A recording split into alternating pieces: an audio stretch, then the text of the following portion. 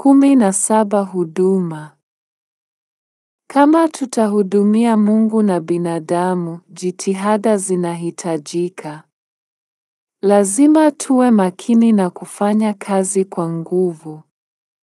Kama mti ambao hutoa matunda mazuri na ya ajabu kwa manufaa na kufurahia kwa wote, tunafanya jitihada na kufanya kazi kwa mema ya wale watuzungukao. Na tunajua kuwa Mungu ameahidi kusaidia jitihada zetu.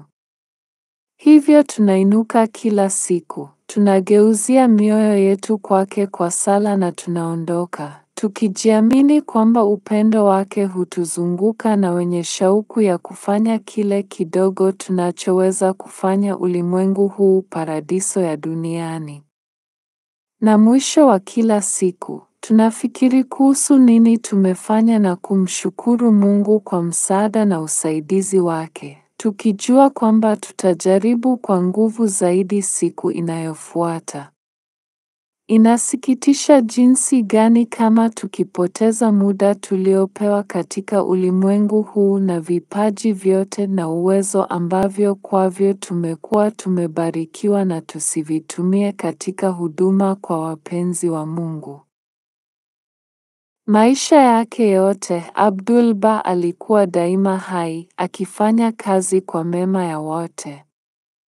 Kila asubuhi mapema, alifanya mizunguko ya ziara kwa wakazi wa Ak. Angetembelea wazee, wagonjwa na wanaoteseka, akitazama mahitaji yao na akiwagawia faraja na msaada. Wakati uliobaki wa siku, angetekeleza masuala ya jamii ya Baha. Angeongoza miradi mbalimbali, angesoma na kuandika barua na kupokea wageni. Watu kutoka mienendo yote ya maisha wangeleta matatizo na hofu zao kwake, wakitafuta mwongozo wake na ushauri. Angewatia moyo na kushauri na angesaidia kurahisisha matatizo yao.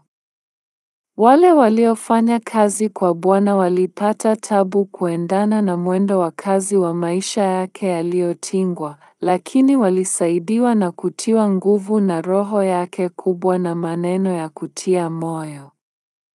Na tunajitahidi kufuata mfano wa Abdul-Baha na kutumia muda wetu katika huduma hai kwa wengine. Kutusaidia sisi kumbuka daima kufanya kazi kwa manufaa ya wote, acha tukariri kifungu kifuatacho. Usipoteze muda wako kwa ukaaji bure na uzembe. Jitume mwenyewe na kile ambacho kitaleta faida kwako mwenyewe na kwa wengine. Usipoteze muda wako kwa ukaaji bure na uzembe. Jitume mwenyewe na kile ambacho kitaleta faida kwako mwenyewe na kwa wengine. Hadithi. Kulikuwepo na mtu anayejidai sana ambaye hakuelewa daraja la Abdul-Baha. Siku moja alimwendea Bwana mtani na kusema, hivyo, unaitwa mtumishi wa Mungu? Abdul-Baha alijibu kwamba ndilo lilikuwa jina lake. Unajua bila shaka kwamba jina Abdul-Baha humaanisha mtumishi wa utukufu au mtumishi wa Mungu. Vizuri, alisema yule mtu kwa majivuno, mimi ni Musa. Sasa yule mtu alirejea kwa nabii wa Mungu, Musa, na halikuwa kweli jina lake kabisa.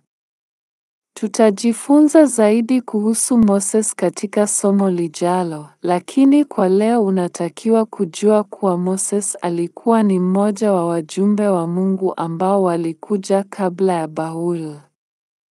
Yule mtu alikuwa akijaribu kumuudhi Abdul-Baha, lakini Bwana hakujibu kejeli zake.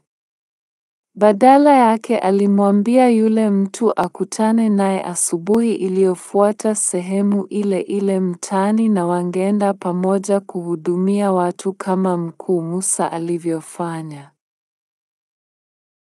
Yule mtu alikubali na siku iliyofuata kutoka asubuhi hadi jioni aliambatana na Bwana wakati wagonjwa na wanaoteseka. Alihudumia wahitaji na kukutana na watu ambao walikuwa na kiu ya kupokea upendo wake na ushauri wake wa busara. Kwa jioni yule mtu aliyejiita Musa alikuwa amechoka sana. Bado hakuacha majigambo yake na Abdullah alipomtaka aambatane naye siku iliyofuata alikubali. Tena ilipofika jioni ya siku ya pili yule mtu alikuwa hoi amechakaa, lakini alikubali kumsindikiza Abdullah kwa siku ingine bado. Siku ya tatu walipotoka kwenye kazi yao ngumu, yule mtu hakuweza kuvumilia wazo la kufanya kazi kwa nguvu sana hata kwa dakika ingine. Alikuwa amejifunza somo lake na alipata dondoo ya ukuu wa Abdullah. Hivyo walienda kuachana na kabla Abdullah kumwalika kwa siku nyingine ya kazi, yule mtu alisema kwa unyenyekevu mkubwa, Abdullah, kesho asubuhi sintokuwa tena Musa.